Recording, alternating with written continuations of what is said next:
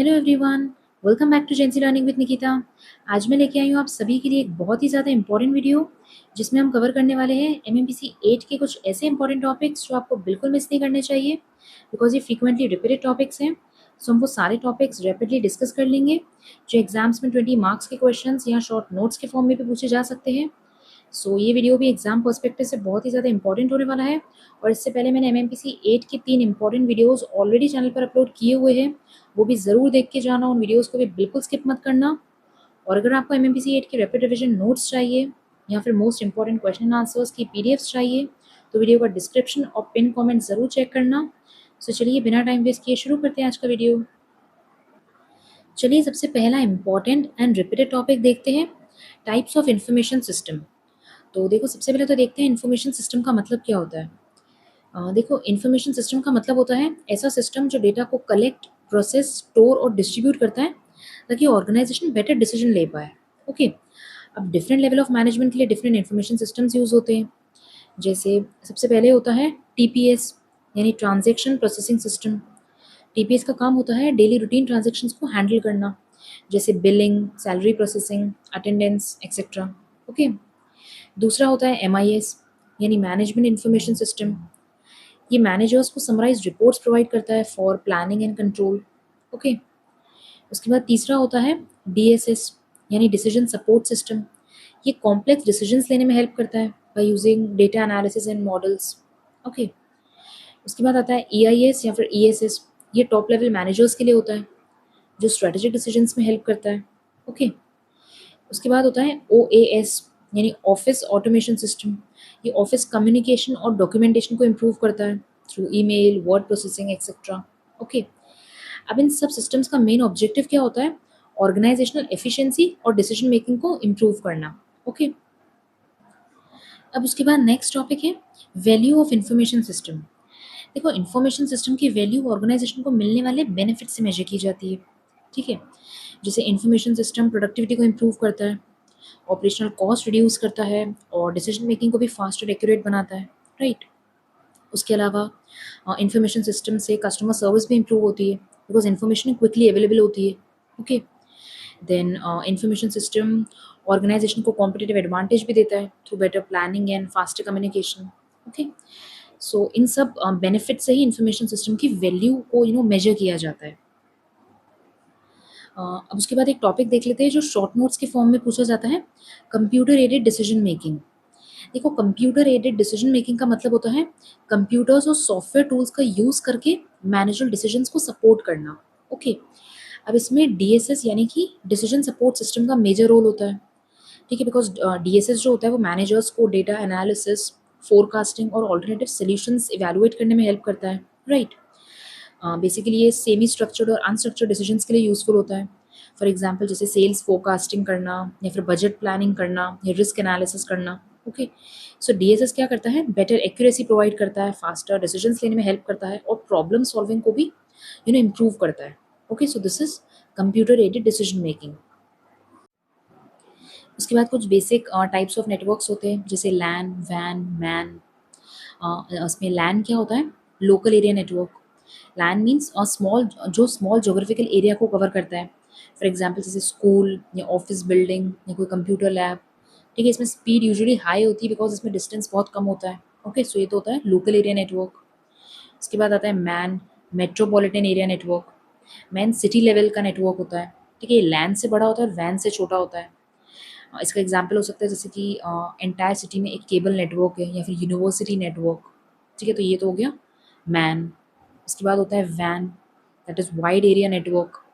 Van क्या करता है, लार्ज जोग्राफिकल एरिया को कवर करता है। फॉर एग्जाम्पल जैसे डिफरेंट सिटीज़ या कंट्रीज़ के नेटवर्क्स को कनेक्ट करना।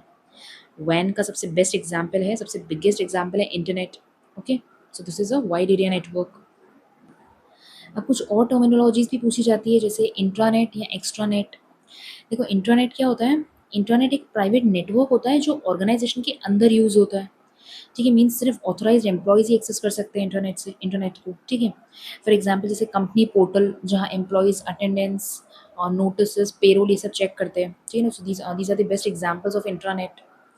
और एक्स्ट्रानेट क्या होता है, एक्स्ट्रानेट इंटरनेट का ही एक्सटेंडेड वर्जन होता है यहाँ पे लिमिटेड आउटसाइडर्स भी एक्सेस कर सकते हैं, ठीक है। मतलब कंपनी अपने सप्लायर्स या फिर बिजनेस पार्टनर्स को भी रेस्ट्रिक्टेड एक्सेस देती है, ये होता है एक्स्ट्रानेट, ओके। इस सब्जेक्ट में एक क्वेश्चन तो डेफिनेटली शॉर्ट नोट्स के फॉर्म में पूछा जाता है। तो अब हम कुछ और शॉर्ट नोट्स के टॉपिक्स देख लेते हैं जो कहीं ना कहीं किसी न किसी तरह से तो एग्जाम्स में पूछे ही जाते हैं, सब इंपॉर्टेंट शॉर्ट नोट्स के टॉपिक्स हैं। सो चलिए हम नेक्स्ट टॉपिक देखते हैं, आर्टिफिशियल इंटेलिजेंस। देखो आर्टिफिशियल इंटेलिजेंस यानी एआई का काम होता है मशीन्स को ह्यूमन इंटेलिजेंस जैसी कैपेबिलिटीज प्रोवाइड करना, ओके। सो एआई लर्निंग, रीजनिंग और प्रॉब्लम सॉल्विंग ये सब परफॉर्म कर सकता है। और बिजनेस ऑर्गेनाइजेशंस भी एआई का यूज़ कर रही है, जैसे ऑटोमेशन में, ठीक है ना, कस्टमर सर्विस और डेटा एनालिसिस, इन सब के लिए बिजनेस ऑर्गेनाइजेशंस भी एआई का यूज़ करती है, ठीक है। एआई के क्या एग्जांपल्स हो सकते हैं, जैसे कि चैट बॉट्स, रिकमेंडेशन सिस्टम्स और वर्चुअल असिस्टेंट्स, ये सब एआई के एग्जांपल्स हैं, ओके। सो अगर आपसे पूछा जाए कि what are the goals of artificial intelligence, तो आप ये लिख सकते हो कि एआई प्रॉब्लम सॉल्विंग में हेल्प करता है, मींस कंप्यूटर्स को कॉम्प्लेक्स डिसीजंस लेने में, कॉम्प्लेक्स प्रॉब्लम सॉल्व करने में हेल्प करता है, लर्निंग एबिलिटी को बढ़ाता है, डिसीजन मेकिंग को भी इम्प्रूव करता है, इंटेलिजेंट डिसीजंस लेने में भी हेल्प करता है, ऑटोमेशन मतलब कि ह्यूमन एफर्ट को रिड्यूस करता है, लैंग्वेज प्रोसेसिंग में भी हेल्पफुल होता है। So these are the goals of artificial intelligence, okay. उसके बाद नेक्स्ट कॉन्सेप्ट है एक्सपर्ट सिस्टम। देखो एक्सपर्ट सिस्टम क्या होता है, एक्सपर्ट सिस्टम एक एआई बेस्ड सिस्टम होता है जो ह्यूमन एक्सपर्ट की तरह डिसीजंस लेता है, ठीक है। एक्सपर्ट सिस्टम के मेजर कंपोनेंट्स होते हैं नॉलेज बेस और इन्फ्रेंस इंजन, ठीक है। ये बेसिकली किस में यूज़ होता है, मेडिकल डायग्नोसिस में, बैंकिंग और ट्रबल शूटिंग में यूज़ किया जाता है, ओके। इसके बेनिफिट्स होते हैं जैसे कि एक्सपर्ट सिस्टम फास्ट डिसीजंस लेने में हेल्प करता है, और इन सिस्टम्स के पास एक्सपर्ट नॉलेज अवेलेबिलिटी होती है, मींस एक्सपर्ट्स जितनी नॉलेज होती है इनके पास, okay. So this is expert system. उसके बाद है न्यूरल नेटवर्क्स। देखो न्यूरल नेटवर्क्स क्या होता है, न्यूरल नेटवर्क ह्यूमन ब्रेन की वर्किंग मॉडल पर ही बेस्ड एक एआई टेक्नोलॉजी होती है, ठीक है। मतलब ये इंटरकनेक्टेड नोड्स का नेटवर्क होता है जो पैटर्न्स को आइडेंटिफाई करता है। मतलब जैसे न्यूरल नेटवर्क्स के क्या काम होते हैं, इमेज रिकग्निशन, मींस इमेज को रिकग्नाइज करना, या स्पीच रिकग्निशन, या फिर प्रिडिक्शन सिस्टम्स। सो ये सब न्यूरल नेटवर्क्स के एप्लीकेशंस होते हैं, ओके। उसके बाद एक और कॉन्सेप्ट होता है फजी लॉजिक। देखो फजी लॉजिक का मतलब होता है जो अनसर्टेन और अप्रॉक्सीमेट इन्फॉर्मेशन के बेसिस पर डिसीजन लेता है, ठीक है। जैसे ट्रेडिशनल लॉजिक में तो आंसर्स ओनली ट्रू या फॉल्स होते थे, ठीक है। बट फजी लॉजिक में पार्शियल ट्रुथ को भी एक्सेप्ट किया जाता है, ठीक है। फजी लॉजिक का यूज़ होता है वॉशिंग मशीन्स, एसी सिस्टम्स और इंडस्ट्रियल ऑटोमेशन में, ओके। सो इसमें भी शॉर्ट नोट्स पूछे जाते हैं इन सभी टॉपिक्स पे। उसके बाद आप देख लेते हैं इमर्जिंग ट्रेंड्स इन आईटी। ये भी शॉर्ट नोट्स के फॉर्म में ही पूछा जाता है। इसमें सबसे पहले तो है ब्लॉकचेन टेक्नोलॉजी। देखो ब्लॉकचेन क्या होती है, ब्लॉकचेन एक डिसेंट्रलाइज्ड डिजिटल लेजर टेक्नोलॉजी होती है जिसमें ट्रांजैक्शंस ब्लॉक्स के फॉर्म में स्टोर होते हैं, ठीक है। मतलब हर ब्लॉक प्रीवियस ब्लॉक से लिंक्ड होता है, जो कि इंश्योर करता है कि डेटा सेफ रहे, सिक्योर रहे एंड ट्रांसपेरेंट रहे, ओके। सो ब्लॉकचेन टेक्नोलॉजी क्या करती है, it ensures security and transparency. अब ब्लॉकचेन टेक्नोलॉजी का यूज़ कहाँ होता है, क्रिप्टो करेंसी में, बैंकिंग में, या फिर सप्लाई चेन मैनेजमेंट, ओके। इन सब में ब्लॉकचेन टेक्नोलॉजी का यूज़ किया जाता है। उसके बाद एक और कॉन्सेप्ट होता है मशीन लर्निंग। इस पे भी शॉर्ट नोट्स पूछे जा सकते हैं। देखो मशीन लर्निंग एआई का ही एक पार्ट होता है जिसमें कंप्यूटर्स या सिस्टम्स बिना प्रोग्रामिंग के डेटा से ऑटोमेटिकली लर्न करते हैं। मतलब सिस्टम जितना ज़्यादा एनालाइज करता है उतने ही ज़्यादा बेटर प्रिडिक्शंस और डिसीजंस देने लगता है, ठीक है। अब मशीन लर्निंग पास्ट डेटा और पैटर्न्स को आइडेंटिफाई करके फ्यूचर आउटकम्स को प्रिडिक्ट करता है, ठीक है। फॉर एग्जांपल जैसे नेटफ्लिक्स रिकमेंडेशंस देना, यूट्यूब सजेशंस देना, या फिर स्पैम ईमेल्स को डिटेक्ट करना, या फिर ऑनलाइन शॉपिंग रिकमेंडेशंस देना, ये सब किस पे बेस्ड होता है, मशीन लर्निंग पर ही। अब बिजनेस ऑर्गेनाइजेशंस भी मशीन लर्निंग का यूज़ करती है, जैसे कि कस्टमर बिहेवियर एनालिसिस में, सेल्स फोरकास्टिंग में, या फिर फ्रॉड डिटेक्शन और ऑटोमेशन, इन सब के लिए बिजनेसेस भी यूज़ करती है मशीन लर्निंग को, बिकॉज इससे डिसीजन मेकिंग फास्ट भी होती है, एक्यूरेट भी होती है और एफिशिएंट भी हो जाती है, ओके। सो गाइज ये थे कुछ इंपॉर्टेंट टॉपिक्स फॉर एमएमपीसी 8 जो आपको बिल्कुल स्किप नहीं करने चाहिए। मैंने एमएमपीसी 8 की सीरीज़ में ऑलमोस्ट सभी इंपॉर्टेंट टॉपिक्स कवर कर लिए हैं। आई होप ये वीडियोस आपके लिए हेल्पफुल रहे होंगे।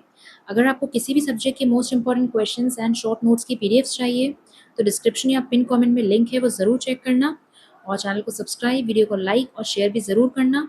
सो मिलते हैं नेक्स्ट वीडियो में। Till then bye and all the best for your exams.